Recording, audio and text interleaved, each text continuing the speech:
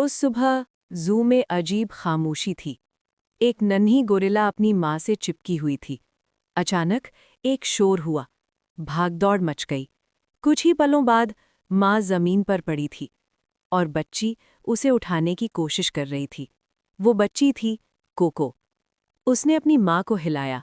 सूंड नहीं थी, लेकिन हाथ कांप रहे थे। माँ नहीं उठी।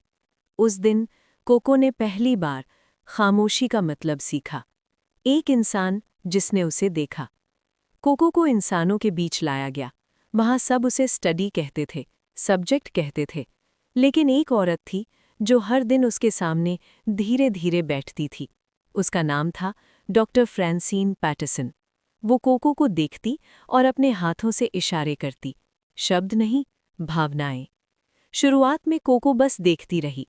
फिर एक दिन उसने भी हाथ उठाया और एक इशारा किया।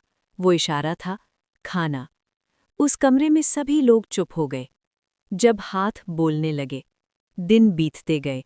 कोको के हाथ शब्द बनने लगे, खुश, दुख, प्यार, डर। लेकिन सबसे ज्यादा वो एक ही शब्द इस्तेमाल करती थी, सैड। कभी अकेले बैठकर, कभी रात में, कभी बिना वजह, जैसे कोई अब भी अपनी माँ को ढूंढ रहा हो। ऑल बॉल, एक छोटा सा सहारा। एक दिन कोको को एक बिल्ली दिखाई गई। कोको ने उसे धीरे से उठाया, सीने से लगाया और साइन किया, बेबी। उस बिल्ली का नाम कोको ने खुद रखा, ऑल बॉल। वो बिल्ली कोको के लिए जानवर नहीं थी, वो उसका परिवार थी। जिस दिन कोको ने रोना सिखाया, एक दिन ऑल बॉल मर गई। जब कोको को बताया गया, वो चुप रही बहुत देर तक। फिर उसने साइन किया, बैड, सैड, क्राई। और सच में उसकी आंखों से आंसू बहने लगे। उस कमरे में किसी इंसान की भी आंख सूखी नहीं थी। मौत का सवाल। किसी ने एक दिन कोको से पूछा, सब मरते हैं? कोको ने जवाब दिया, गोरिल्ला सैड, यानी मुझे पता है और मुझे दुख होता है।